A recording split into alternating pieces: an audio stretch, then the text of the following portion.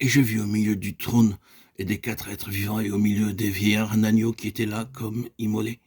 Il avait 7 cornes et 7 yeux, qui sont les 7 esprits de Dieu, envoyés par toute la terre. Apocalypse 5, 6. Il y avait au milieu du trône un agneau qui était là comme immolé. Aucun commentaire ne peut ouvrir le livre. Seul l'agneau immolé le peut. Apocalypse 5, 6. L'agneau de Dieu est mentionné 28 fois dans le livre de l'Apocalypse. Ceci donne 28 aspects de la signification de la croix de notre Seigneur Jésus-Christ. Les 7 cornes montrant qu'il est roi, car les cornes signifient royauté. Apocalypse 17, 12. Les 7 yeux parlent du grand secret de la plénitude du Saint-Esprit, par l'identification avec la croix de notre Seigneur Jésus-Christ. Alors que l'agneau rompait le premier sceau, Jean vit un cheval blanc. L'Antichrist viendra essayant de se faire passer pour le Christ aux yeux des hommes. Les autorités mondiales établiront l'Antichrist comme leur chef et il deviendra un dictateur mondial. À l'ouverture du deuxième sceau, une grande épée fut donnée au cavalier cheval roux. Apocalypse 6, 3 et 4.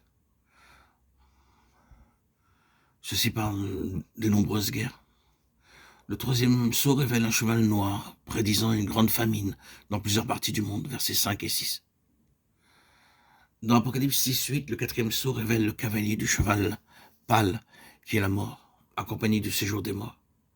Jean vit à l'ouverture du 5e sceau, dans Apocalypse 6, 9, 11, que beaucoup de fidèles seront tués.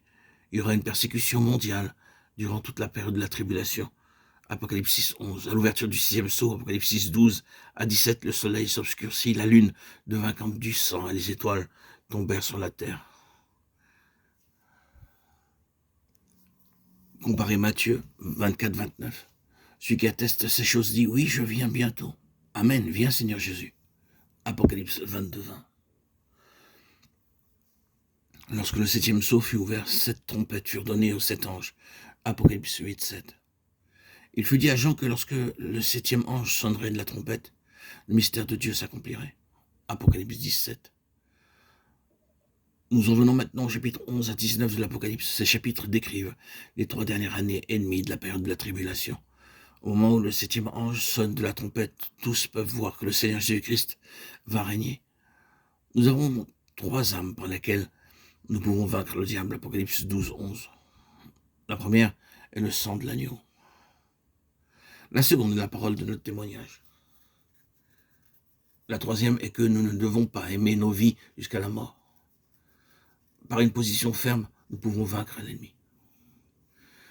Il vaudra certainement mieux souffrir et mourir que d'adorer la bête. Puis viennent les noces de l'agneau. Apocalypse 19, 9.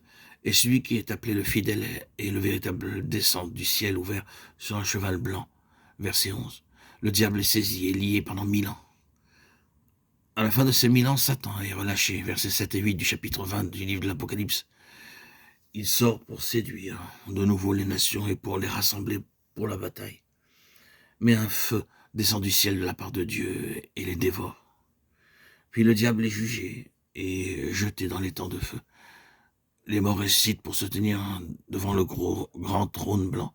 Ceux dont le nom n'est pas écrit dans le livre de vie sont jetés dans les temps de feu. Le livre se termine avec la merveilleuse promesse. Oui, je viens bientôt. Et l'auteur répond, Amen, viens Seigneur Jésus. Et ajoute que la grâce du Seigneur Jésus soit avec tous. Apocalypse 22, 20, 21.